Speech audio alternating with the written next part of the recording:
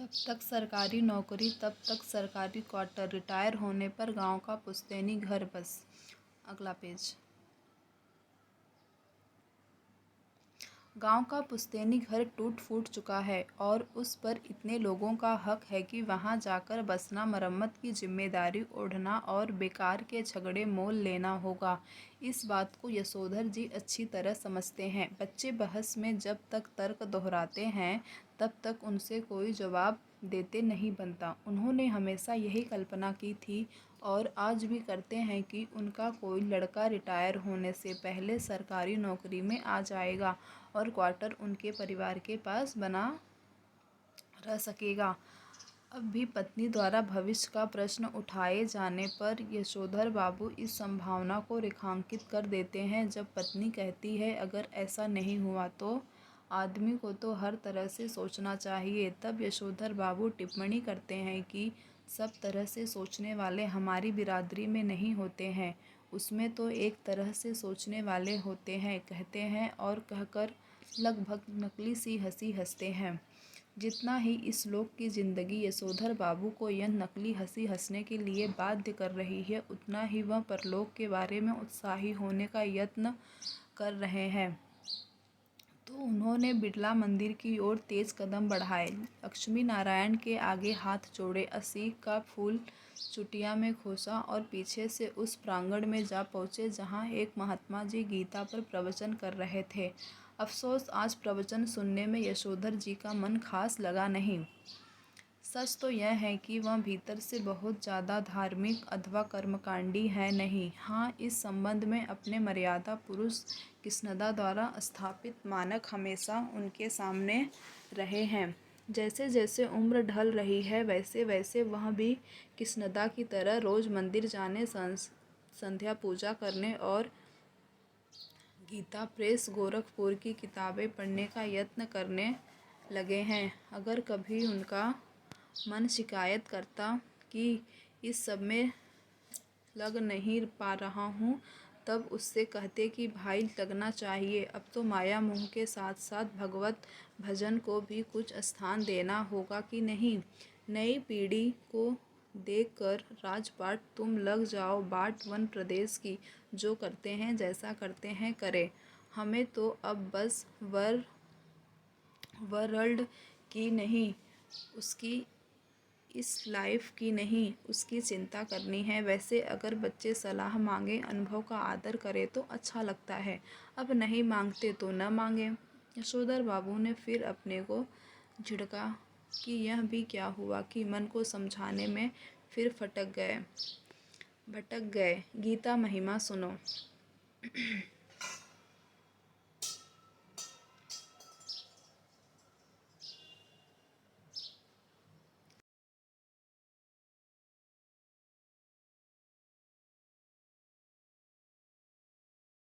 जीजा जनार्दन जोशी का याद हो आई।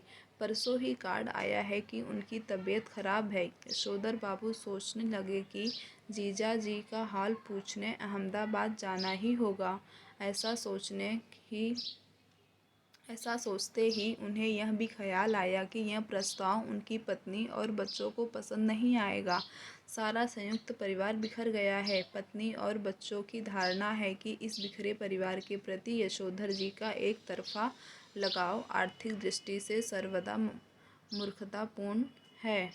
यशोधर जी खुशी गम के हर मौके पर रिश्तेदारों के यहाँ जाना जरूरी समझते हैं। वह चाहते हैं कि बच्चे भी पारिवारिक के प्रति उत्साही हों। बच्चे क्रुद्ध ही होते हैं।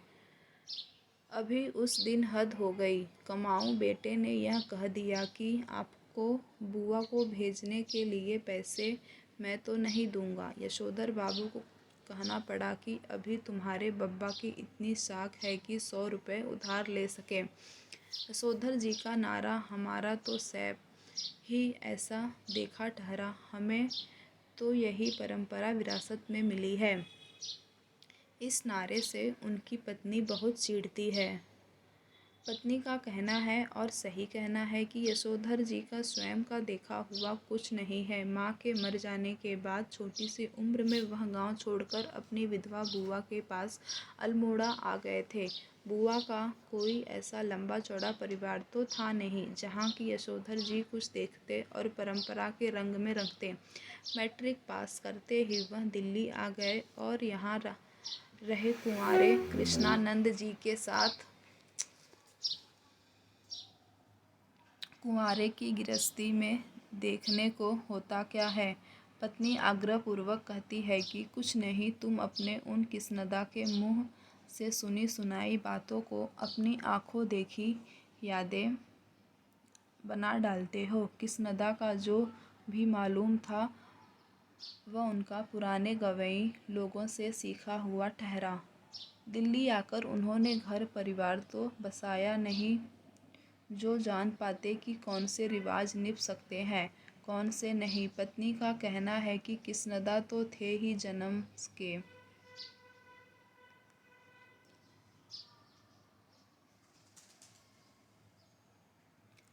बूढ़े तुम्हें क्या सुर लगा जो उनका बुढ़ापा खुद ओढ़ने लगे हो। तुम शुरू में तो ऐसे नहीं थे। शादी के बाद मैंने तुम्हें देख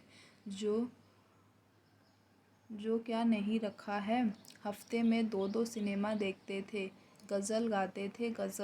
गज़ल हुई और सहगल के गाने। यशोधर बाबू स्वीकार करते हैं कि उनमें कुछ परिवर्तन हुआ है, लेकिन वह समझते हैं कि उम्र के साथ साथ बुजुर्गियत आना ठीक ही है। पत्नी से वह कहते हैं कि जिस तरह तुमने बुढ़ाया काल यह बगैर बाँह का ब्लाउज पहनना, यह रसोई से बाहर दाल भात खा लेना, यह ऊंची हील वाली सैंडल पहनना और ऐसे ही 50 काम अपनी बेटी की सलाह पर शुरू कर दिए हैं। मुझे तो वे समहाउ इम्प्रॉपर ही मालूम होते हैं। एनीवे, मैं तुम्हें ऐसा करने से रोक नहीं रहा। देयरफॉर तुम लोगों को भी मेरे जीने के ढंग पर कोई ऐतराज़ होना नहीं चाहिए। यशोधर बाबू को धार्मिक प्रवचन सुनते हुए भी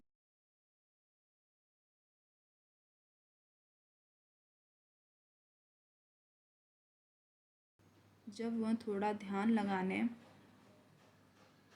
की कोशिश करते हैं तब भी मन किसी परम सत्ता में नहीं, इसी परिवार में लीन होता है। यशोधर जी चाहते हैं कि ध्यान लगाने की सही विधि सीखें तथा साथ ही वह अपने से भी कहते हैं कि परहैप्स ऐसी चीज़ के लिए रिटायर होने के बाद का समय ही प्रॉपर ठहरा। वानप्रस्थ के लिए प्रेस्क्राइब्ड ठहरी ये चीज़ें। वानप्रस्थ के लिए यशोधर बाबू का वानप्रस्थ के लिए यशोधर बाबू का अपने पुश्तैनी गांव जाने का इरादा है। रिटायर होकर far from the madding crowd समझे। इस तरह की तमाम बातें यशोधर बाबू पैदाइशी बुजुर्गवार किस्नदा के शब्दों में और उनके ही लहजे में कहा करते हैं और कहकर उनकी तरह की वह झैपी सी लगभग नकली सी हंसी हंस देते हैं। जब तक किस्नदा दिल्ली में रहे यशोधर बाबू नित्य नियम से हर दूसरी शाम उनके दरबार में हाजिरी लगाने पहुँचते रहे। स्वयं किस्नदा हर सुबह सैर से लौटते हुए अपने इस मानस पुत्र के क्वार्टर में झांकना और healthy wealthy and wise advice बन रहा है न भाऊ, ऐसा कहना कभी नहीं भूलते। जब यशोधर बाबू दिल्ली आए थे तब उनकी सुबह थोड़ी देर से उठने की आदत थी। किस्नदा ने उन्हें रोज़ सुबह झकझोर कर उठाना और साथ में सैर में ले जाना शुरू किया और यह मंत्र दिया कि early to bed and early to rise makes a man healthy and wise. जब यशोधर बाबू अलग क्वार्टर में रहने लगे और अपनी गृहस्थी में डूब गए तब भी किस्नदा ने यह देखते रहना जरूरी समझा कि भाऊ यानी बच्चा सवेरे जल्दी उठता है कि नहीं। यशोधर बाबू को यह अच्छा लगता था कि कोई उन्हें भाऊ कहता है। हर सवेरे वह कृष्णदा से अनुरोध करते कि चाय पीकर जाए। कृष्णदा कभी कभी इस अनुरोध की रक्षा कर देती। यशोधर बाबू ने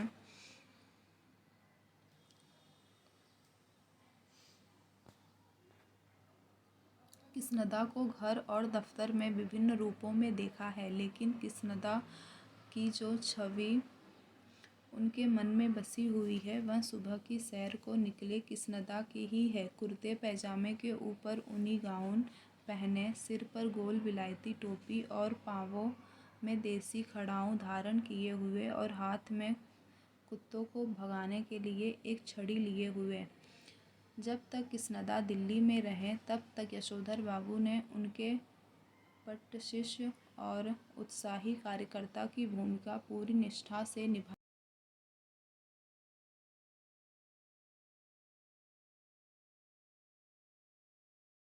और इस कोशिश में पत्नी और बच्चों को नाराज़ किया। घर में होली गंवाना, जनेऊ पुन्नियों के दिन सब कुमाऊनियों को जनेऊ बदलने के लिए अपने घर आमंत्रित करना, रामलीला की तालीम के लिए क्वार्टर का एक कमरा दे देना, ये और ऐसे ही कई और काम यशोधर बाबू ने कृष्णदा से विरासत में लिए थे।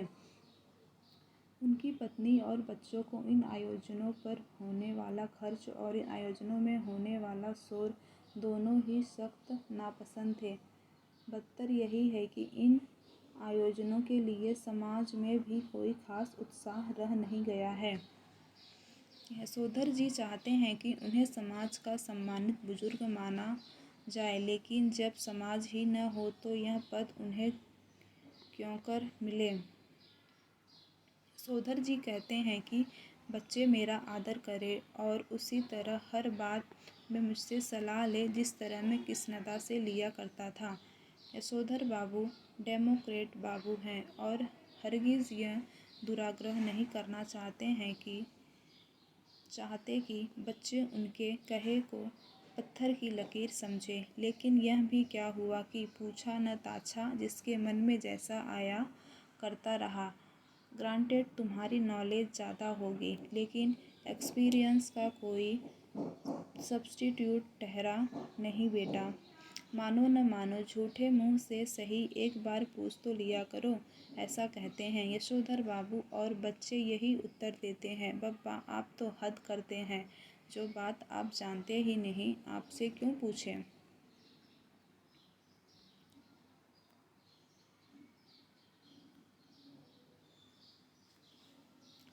प्रवचन सुनने के बाद यशोधर बाबू सब्जी मंडी गए। यशोधर बाबू को अच्छा लगता अगर उनके बेटे बड़े होने पर अपनी तरफ से यह प्रस्ताव करते कि दूध लाना, राशन लाना, CGHS डिस्पेंसरी से दवा लाना, सदर बाजार जाकर दालें लाना, पहाड़गंज से सब्जी लाना, डिपो से कोयला लाना, ये सब काम आप छोड़ दें, अब हम कर दिया करेंगे। एकाध बार बेटों से खुद उन्होंने ही कहा, तब वे एक दूसरे से कहने लगे, तू किया कर, तू क्यों नहीं करता। इतना कोहराम मचा और लड़कों ने एक दूसरे को इतना ज़्यादा बुरा भला कहा कि यशोधर बाबू ने इस विषय को उठाना ही बंद कर दिया।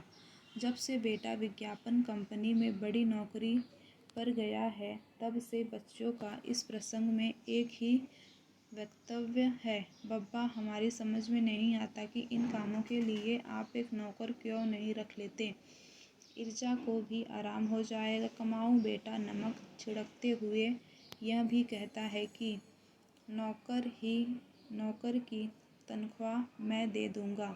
यशोधर बाबू को यही समहाउ इम्प्रॉपर मालूम होता है कि उनका बेटा अपना वेतन उनके हाथ में नहीं रखे।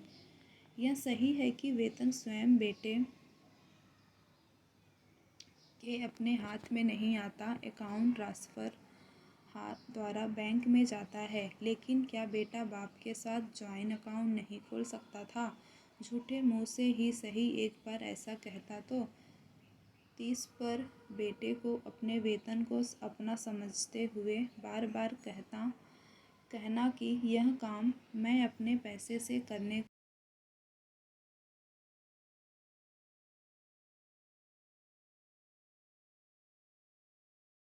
नुक्ताचीनी करे। इस क्रम में बेटे ने पिता का यह क्वार्टर तक अपना बना लिया है। अपना वेतन अपने ढंग से वह इस घर पर खर्च कर रहा है। कभी कारपेट बिछवा रहा है, कभी पर्दे लगवा रहा है, कभी सोफा आ रहा है, कभी डनल वाला डबल बेड और सिंगार मेज, कभी टीवी, कभी फ्रिज। क्या हुआ यह? और ऐसा भी नहीं कहता कि लीजिए पिताजी, मैं आपके लिए यह टीवी ले आया। कहता यही है कि मेरा टीवी है, समझे, इसे कोई न छुआ करे। क्वार्टर ही उसका हो गया। यह अच्छी रही। अब इनका एक नौकर भी रखो घर में। इनका नौकर होगा तो इनके लिए ही होगा, हमारे लिए तो क्या होगा, ऐसा समझाते हैं यशोधर बाबू। घर वाली को काम सब अपने हाथ से ठीक ही होते हैं। नौकरों को सौंपा कारोबार चौपट हुआ, कहते हैं यशोधर बाबू। पत्नी सुनती है मगर नहीं सुनती, पर सुनकर अब चिढ़ती भी नहीं।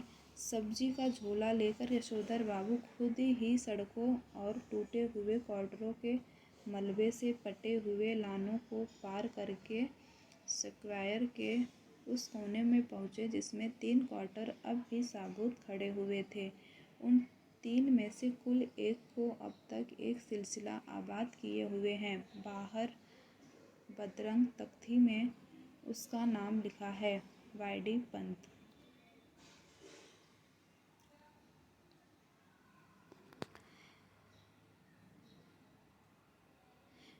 इस क्वार्टर के पास पहुंचकर आज वाईडी पंत को पहले धोखा हुआ कि किसी गलत जगह आ गए हैं। क्वार्टर के बाहर एक कार थी, कुछ स्कूटर, मोटरसाइकिल, बहुत से लोग विदा ले दे रहे थे। बाहर बरामदे में रंगीन कागज की झालरें और गुब्बारे लटके हुए थे और रंग बिरंगी रोशनियां जली हुई थी। फिर उन्हें अपना बड़ा बेटा भूषण पहचान में आया, जिससे कार में बैठा हुआ कोई साहब हाथ मिला रहा था और कह रहा था कि give my warm regards to your father. Yashodhar Babu ठिठक गए। उन्होंने अपने से पूछा, क्यों, आज मेरे क्वार्टर में यह क्या हो रहा होगा? उसका जवाब भी उन्होंने अपने को दिया, जो करते होंगे यह लौंडे मोंडे, इनकी माया नहीं जाने, इनकी माया यही जाने। अब यशोधर बाबू का ध्यान इस ओर गया कि उनकी पत्नी और उनकी बेटी भी कुछ मेमसाबों को विदा करते हुए बरामदे में खड़ी है। लड़की जीन और बगैर बाह का टॉप पहने हैं। यशोधर बाबू उससे कई मर्तबा कह चुके हैं कि तुम्हारे यह पतलून और सैंडो बंधने वाली ड्रेस मुझे तो समहाउ इम्प्रॉपर मालूम होती है, लेकिन वह भी जिद्दी ऐसी है कि इसे ही पहनती है और पत्नी भी उसी की तरफदारी करती है। कहती है वह सिर पर पल्लू वल्लू मैंने कर लिया बहुत तुम्हारे कहने पर, समझे।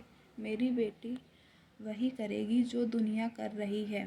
पुत्री का पक्ष लेने वाली यह पत्नी इस समय ओठों पर लाली और बालों पर खिजाब लगाए हुए थी, जबकि ये दोनों ही चीज़ें आप कुछ भी कहिए यशोधर बाबू को समहाउ इम्प्रॉपर ही मालूम होती है।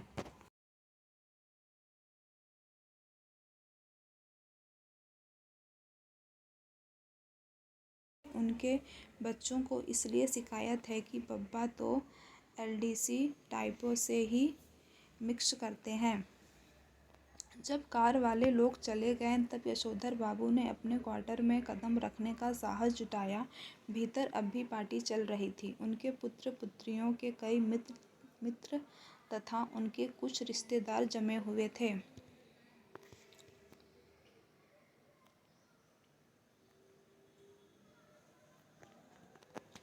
उनके बड़े बेटे ने छिड़की सी सुनाई, बब्बा आप भी हद करते हैं। सिल्वर वेडिंग के दिन 8:30 बजे घर पहुंचे हैं। अभी तक मेरे बॉस आपकी राह देख रहे थे। हम लोगों के यहाँ सिल्वर वेडिंग कब से होने लगी है? यशोधर बाबू ने शर्मीली हंसी हंस दी। जब से तुम्हारा बेटा 1500 माहवार कमाने लगा तब से। यह टिप्पणी थी चंद्रदत्त तिवारी की, जो इसी साल SAS पास हुआ है और दूर के रिश्ते से यशोधर बाबू का भांजा लगता है। यशोधर बाबू को अपने बेटों से तमाम तरह की शिकायतें हैं, लेकिन कुल मिलाकर उन्हें यह अच्छा लगता है कि लोग बाग उन्हें ईर्ष्या का पात्र समझते हैं। भले ही उन्हें भूषण का गैर सरकारी नौकरी करना समझ में न आता हो, तथापि वह यह बखूबी समझते हैं कि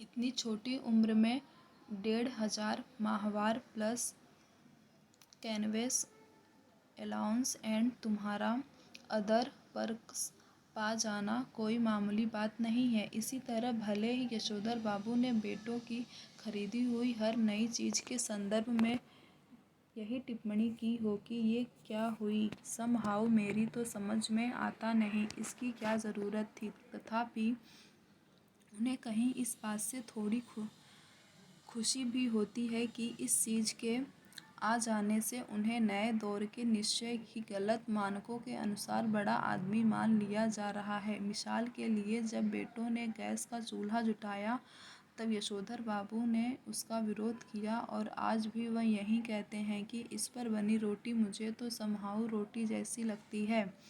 तथापि वह जानते हैं गैस न होने पर वह इस नगर में चपरासी श्रेणी के मान लिए जाते।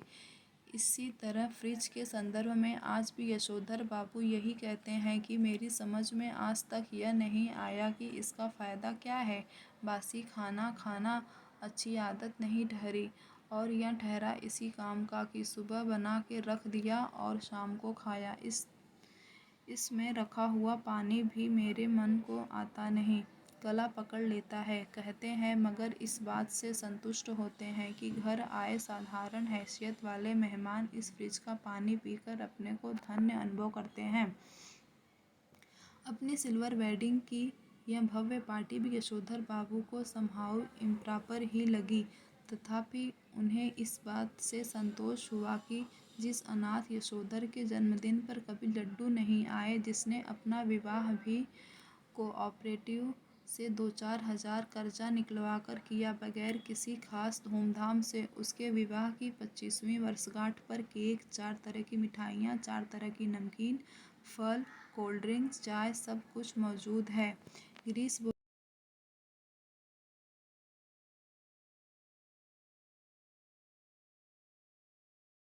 चालीस को हुई थी और इस हिसाब से आज उसे 25 साल पूरे हो गए हैं। मैंने आपके दफ्तर फ़ोन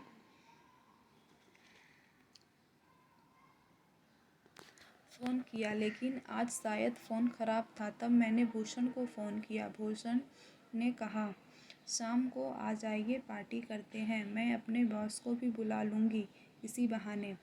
गिरीश यशोधर बाबू की पत्नी का चचेरा भाई है, बड़ी कंपनी में मार्केटिंग मैनेजर है, और इसकी सहायता से ही यशोधर बाबू के बेटे को अपना यह संपन्न साला समहाउ भयंकर ओछाट यानी ओछेपन का धनी मालूम होता है। उन्हें लगता है कि इसी ने भूषण को बिगाड़ दिया है। कभी कहते हैं, ऐसा तो पत्नी बरस पड़ती है, जिंदगी बना दी तुम्हारे 2nd क्लास BA बेटे की, कहते हो बिगाड़ दिया। भूषण ने अपने मित्रों सहयोगियों का यशोधर बाबू से परिचय कराना शुरू किया। उनकी many happy returns of the day का थैंक यू कहकर जवाब देते हुए जिन लोगों का नाम पहले बता दिया गया हो, उनकी ओर YD Pant home minister Bhushan father कहकर स्वयं हाथ बढ़ाते हुए यशोधर बाबू ने हरचंद यह जताने की कोशिश की कि भले ही वह संस्कारी कुमाऊनी है, तथापि विलायती रीति रिवाज से भी भली भांति परिचित है। कृष्णदा कहा करते थे कि आना सब कुछ चाहिए, सीखना हर एक की बात ठहरी, लेकिन अपनी छोड़नी नहीं हुई। टाई सूट पहनना आना चाहिए, लेकिन धोती कुर्ता अपनी पोशाक है। यह नहीं भूलना चाहिए। अब बच्चों ने एक और विलायती परंपरा के लिए आग्रह किया। यशोधर बाबू अपनी पत्नी के साथ केक काटे। घरवाली पहले थोड़ा शर्माए, लेकिन जब बेटी ने हाथ खींचा तब उसे केक के पीछे जा खड़ी होने में कोई हिचक नहीं हुई। वहीं से उसने पति को भी पुकारा। यशोधर बाबू को केक काटना बचकानी बात मालूम हुई। बेटी उन्हें लगभग खींच कर ले गई। यशोधर बाबू ने कहा, "Somehow I don't like all this." लेकिन एनीवे उन्होंने केक काट ही दिया। गिरीश ने उनकी यह अनमनी किंतु संतुष्ट छवि कैमरे में कैद कर ली। अब पति पत्नी से कहा गया कि वे केक से मुंह मीठा करें एक दूसरे का। पत्नी ने खा लिया, मगर यशोधर बाबू ने इनकार कर दिया। उनका कहना था कि मैं केक खाता नहीं, इसमें अंडा पड़ा होता है। उन्हें याद दिलाया गया कि अभी कुछ वर्षों पहले तक आप मांसाहारी थे। एक टुकड़ा केक खा लेने में क्या हो जाएगा, लेकिन वह नहीं माने। तब उनसे अनुरोध किया गया कि लड्डू ही खा लें। भूषण के एक मित्र ने लड्डू उठाकर उनके मुंह में ठूसने का यत्न किया, लेकिन यशोधर बाबू इसके लिए भी राजी नहीं हुए। उनका कहना था कि मैंने अब तक संध्या नहीं की है। इस पर भूषण ने झुंझलाकर कहा, तो बब्बा पहले जाकर संध्या कीजिए, आपकी वजह से हम लोग कब तक रुके रहेंगे।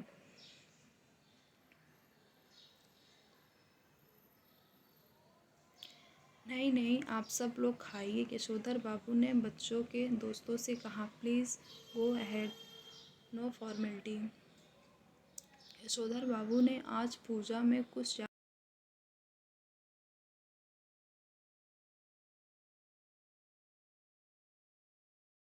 रहे और कहते रहे, जल्दी कीजिए, मेहमान लोग जा रहे हैं।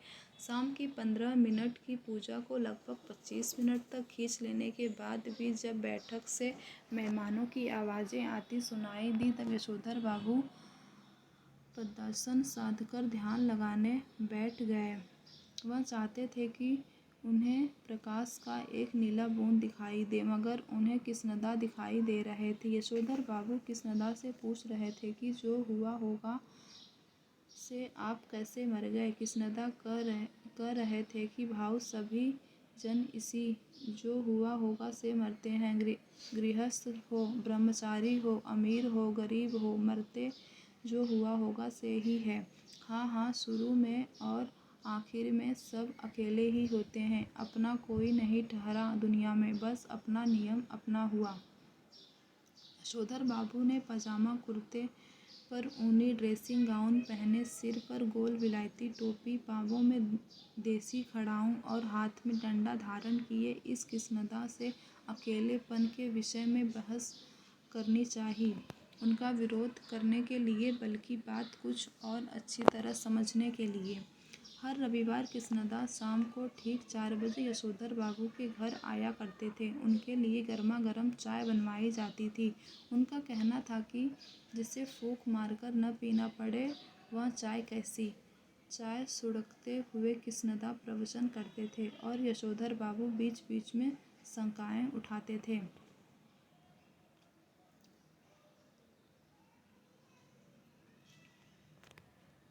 यशोधर बाबू को लगता है कि कृष्णदा आज भी मेरा मार्गदर्शन कर सकेंगे और बता सकेंगे कि मेरे बीवी बच्चे जो कुछ भी कर रहे हैं उसके विषय में मेरा रवैया क्या होना चाहिए। लेकिन कृष्णदा तो वही अकेलेपन का खटराग अलापने पर आमादा से मालूम होते हैं। कैसी बीवी, कहाँ के बच्चे, यह सब माया ठहरी। और यह जो भूषण आज इतना उछल रहा है, वह भी किसी दिन इतना ही अकेला और असहाय अनुभव करेगा जितना कि आज तू कर रहा है। यशोधर बाबू बात आगे बढ़ाते, लेकिन उनकी घरवाली उन्हें झिड़कते हुए आ पहुंची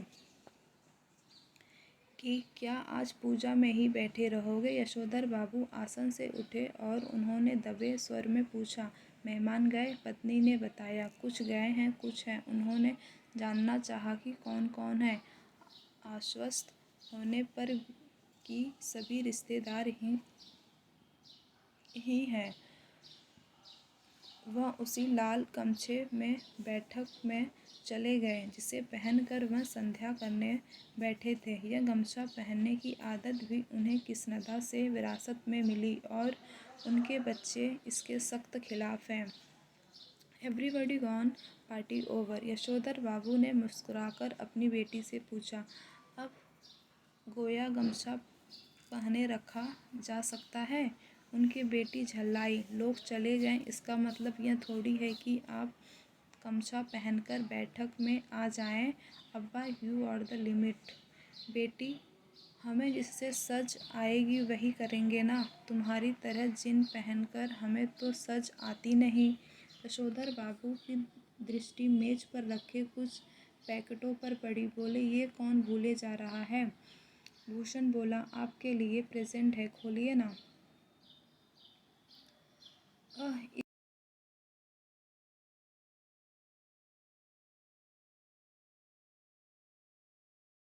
शर्मीली हंसी हंसे। भूषण सबसे बड़ा पैकेट उठाकर उसे खोलते हुए बोला, इसे तो ले लीजिए, यह मैं आपके लिए लाया हूँ।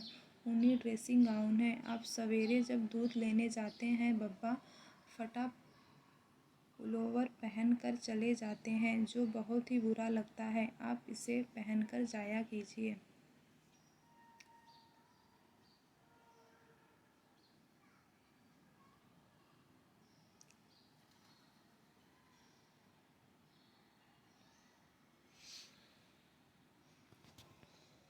बेटी पिता का पाजामा कुर्ता उठा लाई कि इसे पहनकर गाउन पहने। थोड़ा सा नानूच करने के बाद यशोधर जी ने इस आग्रह की रक्षा की। गाउन का सेंस कसते हुए उन्होंने कहा, अच्छा तो यह ठहरा ड्रेसिंग गाउन। उन्होंने कहा और उनकी आंखों की कोर में जरा सी नमी चमक गई। यह कहना मुश्किल है कि इस घड़ी उन्हें यह बात चुभ गई कि उनका जो बेटा यह कह रहा है कि आप सवेरे ड्रेसिंग गाउन पहनकर दूध लाने जाया करें, वह यह नहीं कह रहा कि दूध मैं ला दिया करूँगा या कि इस गाउन को पहनकर उनके अंगों में वह किस्नदा उतर आया है जिसकी मौत जो हुआ होगा से हुई।